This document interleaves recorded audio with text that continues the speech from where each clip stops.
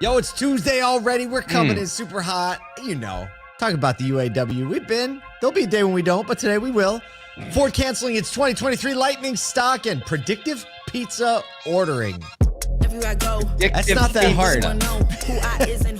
Predictive pizza. I can tell you what pizza's always predicting. It's not predictive pizza ordering is not too hard if you're my family. We're very simple. Yeah. We're very simple.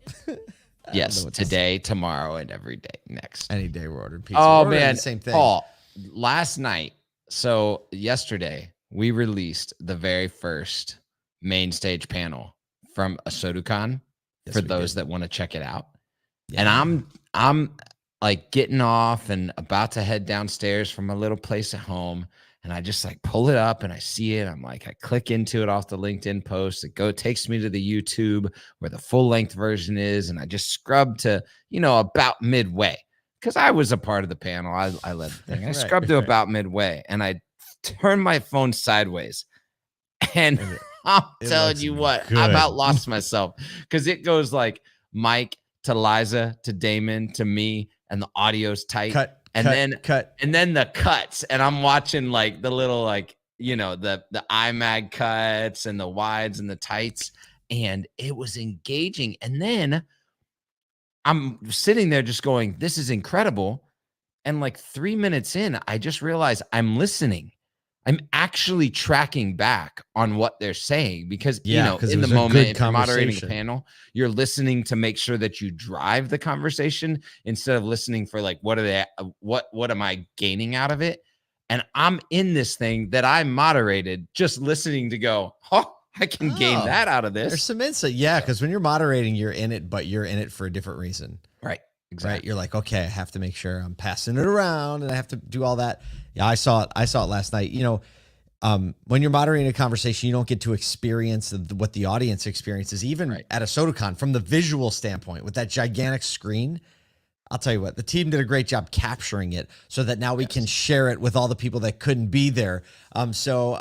This session is out. It's on our YouTube channel. I think we might have posted a link on LinkedIn, but we're starting to release all the kind of on-demand video from ASOTU CON. It's going to be dripping out over the next several weeks. We have terabytes of it. Everything's multi-camera angle. Everything's got good audio. Everything is designed not to just be a random like fixed camera in the back just so we can say we released it. No, it's like its own experience.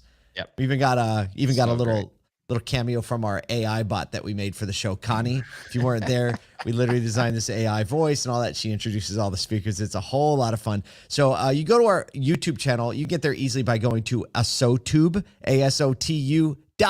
And you can see that and a bunch of other content.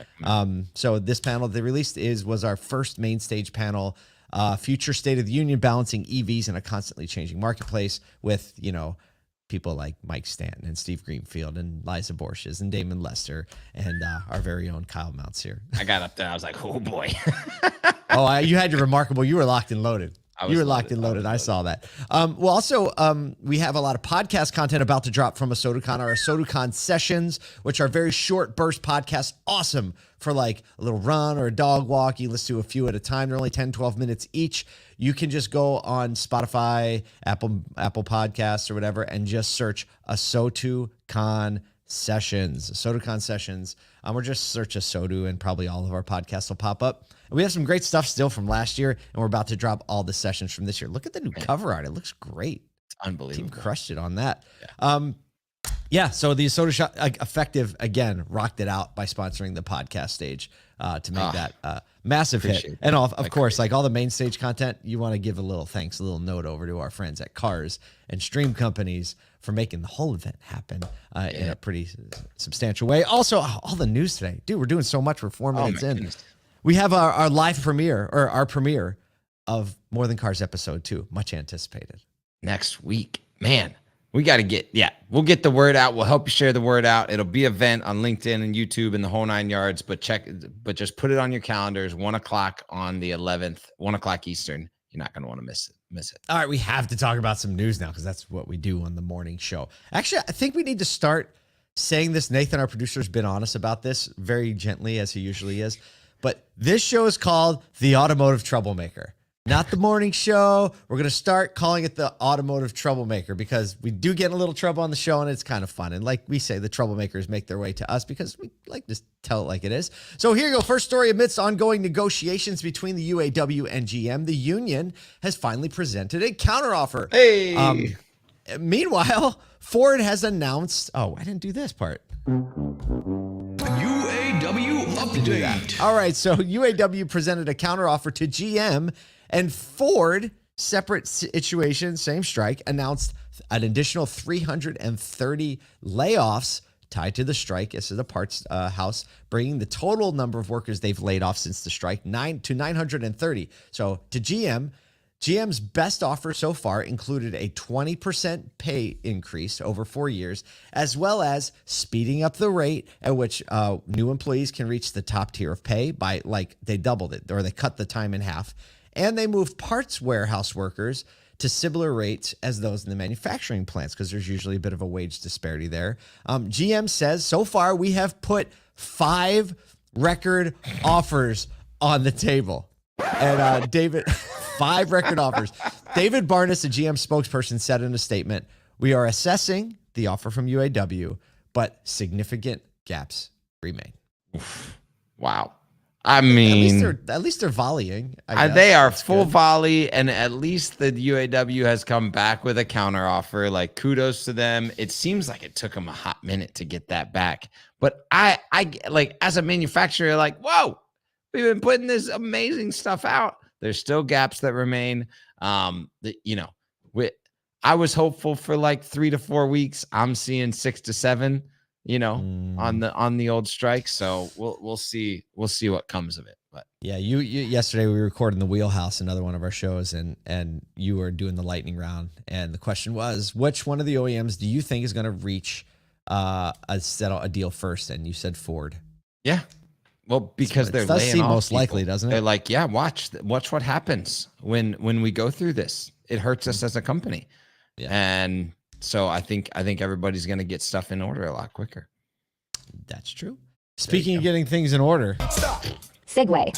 Better segue than all 3 together yesterday. We're not in order. We're not in order. In a decisive move to prioritize build quality, Ford has canceled all U.S. dealer stock orders for the 2023 F-150 Lighting. This comes as the automaker returns the vehicles to the dedicated Ford's Rogue Electric Vehicle Center for a thorough review and assessment amidst growing concerns over the company's high recall rates. So while some are raising concerns on safety, Ford is assuring everyone the decision is not due to safety concerns. Instead, they're taking measures to ensure that every F-150 Lightning truck meets quality standards before they get into the hands of consumers.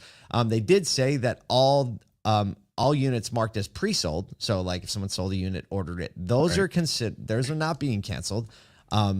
But everything else, they're sending back to the drawing board. They've had more recalls this year than any other automaker at 4.1 million vehicles. Wow. And this is kind of amongst the National Highway Traffic and Safety Administration deepening its investigations on reported engine failures in the Ford Bronco. Jim Farley, CEO, says, hey, we know we have some quality issues. It's going to take us several years to sort it out.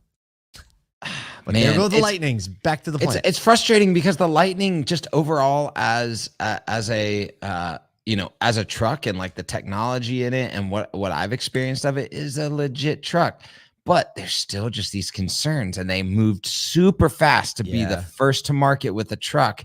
And anytime you're first to market, I don't care what the product is, what the technology is, early adopters, you're always going to have gaps. And so it's not that like crazy to me, but it was wild. I saw a couple LinkedIn posts like, whoa, who canceled all my pre-sales, or all of my, stock, in-transit all my ground inventory, stock. my I'll tell you what, orders, man, Jim Farley might make the big bucks. He's got a really hard job.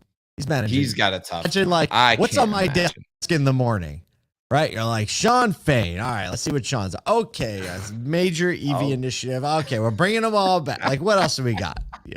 Not an easy job. Speaking of not easy jobs or easy jobs. Or easy jobs. Segue. Or easy jobs. Well, if I had to guess, historically, a job at Little Caesars was not the easiest job, but Little Caesars is doing a lot to change that. They're deploying a bunch of new tech, making ordering and pickup faster and easier. They've been using data recently to predict what customers are going to want, making service quicker and reducing mistakes. They're even helping to train new employees in as little as 15 minutes. So they've got this mobile app. That's faster than it takes to get the pizza. Well, that's actually wrong. So Little Caesars mobile app and pizza portal allows customers to order and pick up food without interacting with cashiers, reducing pickup times to 30 seconds or less. Facts. I'll tell you a story in a second.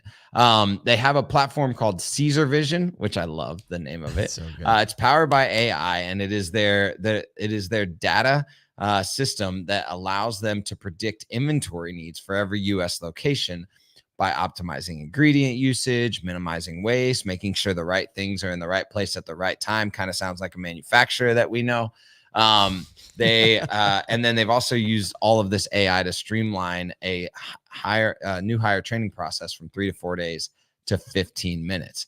This is so my family, we're like big fans of Little Caesars. One of those reasons is because like between the exit on the highway and our house, which is less than a mile and a half, there's a Little Caesars like in a right-hand turn. Then you get a right-hand turn out to our house. I'm getting hungry. It's perfect, right? And so when you go in there, if you do have the Little Caesars app, it's so clean and easy. You literally order on the app, you get there, you scan the little app, say you're there, it unlocks an open door. It has your little slot in the pizza warm where you pull the pizza out and then you roll out into your car. It is literally really lickety split. But here's the thing. If I don't do the app and I go up and order, it's like maybe a minute, right? She's like 768, swipe as she's turning around or the guy's turning around, gets the pizza. By the time they're setting it down, I'm done paying. I'm rolling out of there. Like, that sounds amazing. And this is the other piece that I love. I've gotten to witness like the way that they communicate. There's this constant, and I don't know if this is just like the couple Little Caesars that I've been to locally, but the way they're trained to communicate is basically when they pull an order, they basically fire back to the kitchen where their stock levels are on the line. So they'll be like one pep, one sausage, one cheese, 3 wings. And they're like, that's where we're at after this guy came in. Gosh, all right, next one. This is where we're at. I love a dialed in process. And I guess, the one part of the story that you mentioned in the beginning where training used to take 3 to 4 days and now they can have someone oriented. And if you click through in the article, it tells a little more about the story, but have somebody oriented and actually running the register in 15 minutes. That's because the system, that really is a great thought for anyone running any business, and especially for dealers, especially I'm thinking fixed ops. How can you make it so that the least qualified person possible can do the job? Yep. And that all hinges on you having a system that you use every time. And if you don't use it every time, then it's not really a system aside from like the other thing. So this is amazing. You can be able to bring somebody in and train them in 15 minutes in this day and age for an entry-level position like that. I feel like how can that not raise the value of a Little Caesars franchise? If you actually, so I like peek over because I'm always interested. You look at the point of sale system; it's a very point and click. It's like got big icon. I mean, it's pizza. But here's crazy the thing. Bread. Yeah, that shouldn't be that difficult. Like when you think about, I know some single point of contact dealers that are shortening their timeline to get someone in front of a customer because everything's right in front of this really clean, simple UI, and like if a customer can do it. An employee that's exactly can do it. Like that's why I like the self-ordering stuff at all these places now. They make it so easy that if the customer can do it, how can you not be better at it with just a little bit of training? Come on. It's part of the good stuff. We need some partnerships, some technology, and some dealers to get on that right there. That's the truth. Well, we hope that this makes you a little bit better today. So get out there, make a little trouble, love a few people, and we'll see you back here. Go check out our ASOTU YouTube channel.